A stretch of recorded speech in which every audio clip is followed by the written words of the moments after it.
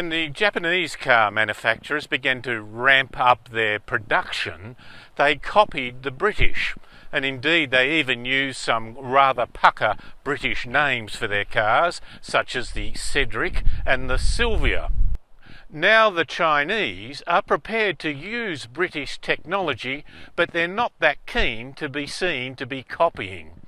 In 2009, the SAIC company, Shanghai Automotive Industries Corporation, bought the LDV van company from Britain, including packing up one of their big production areas and moving it to China. But they are not saying that they are copying the British. Indeed, the LDV is one reason why they might try and distance themselves from that, because the L stands for Leyland. But now they have produced for export and world markets a dual cab utility. It is called the T60, the LDV T60. How does it go? Let's go and find out. SAIC says that the LDV's T60 has a muscular look that gives it a real presence on the road. It's typical of the segment, although I find the front grille to be a little bit over the top, but then again most vehicles in this market sector seem to make the front grille large and prominent. That gives a tack-on look rather than having a sense of style. The vehicle is built on a full ladder chassis. The T60 comes with two model options, the Pro aimed at the trade market and the Luxe aimed more at the family who wants to have room for the kids and be able to put surfboards or other similar types of activity resources in the tray at the back. Both models have the same 2.8 litre turbo diesel engine, which is a good capacity, but the performance figures of 110 kilowatts and 360 newton metres of torque are not class leading. The maximum torque is achieved at a low 1600 revs, and it holds the maximum power over most of the rev range. However, the rev range is rather limited, but anything over 4000 revs per minute seems to be getting beyond its desirable operating conditions. This means that the engine is not greatly stressed, but equally it does not perform with any great gusto. You notice this particularly on hills. We were driving in the country going up a grade, not a huge hill, when the passenger suggested that we give it as much as we could in order to see how it goes. I said I was in fact already doing that and had been for the last 300 metres.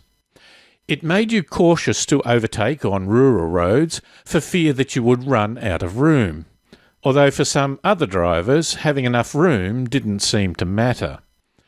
The automatic gear change was acceptable but noticeable, and it seemed to hold top gear just a little too long and then change down a bit late. Perhaps this is a setting to try and achieve a maximum fuel consumption, which is rated at 8.8 litres per 100 for the manual and 9.6 litres per 100 for the automatic.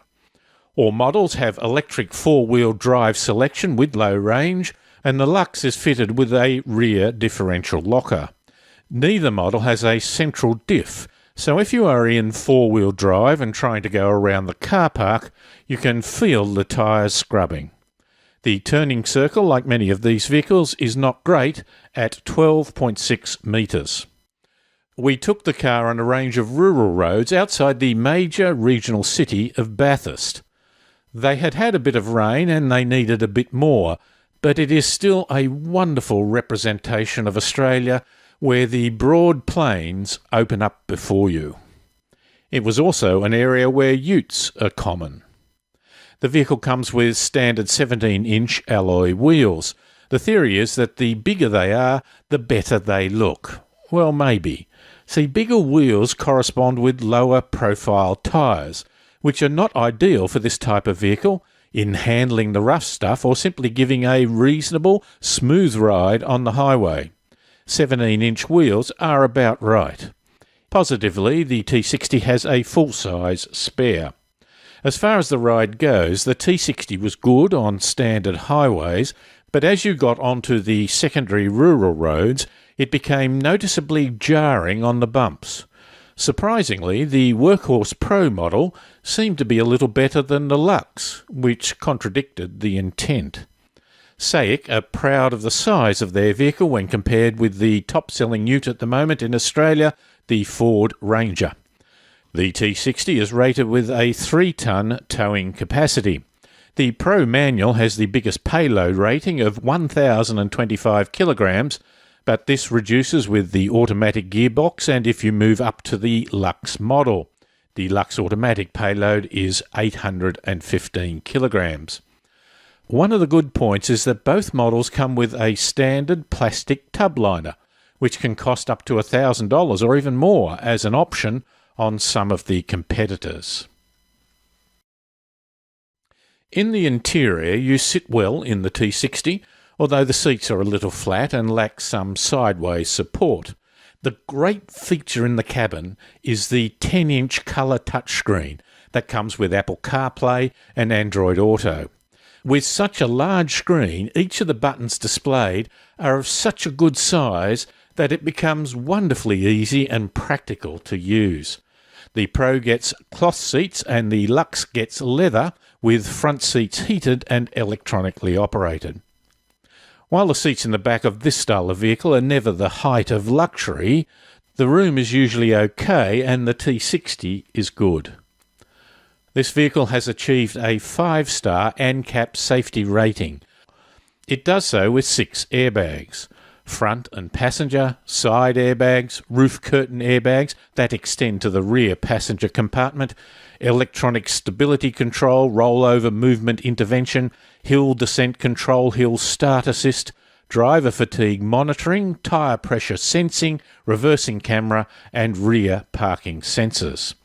It does not have automatic emergency braking, which means that if it was tested in 2018 in this current configuration, it would not achieve a 5-star rating. Quite a number of vehicles are in this situation.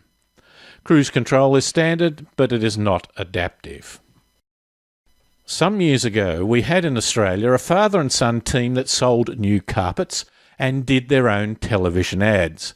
The ads would typically have the son listing all the great features of the products, while the father kept saying, "Tell 'em the price, son." Carpet, timber, vinyl floors. Son, tell 'em the price. The price of the LDV T60 is the one thing you are sure to be told, probably many times, if you go into a dealership. For the retail buyer, the drive-away price for the base model Manual Pro is $30,516, going up to the top-of-the-range Lux Automatic at $36,831.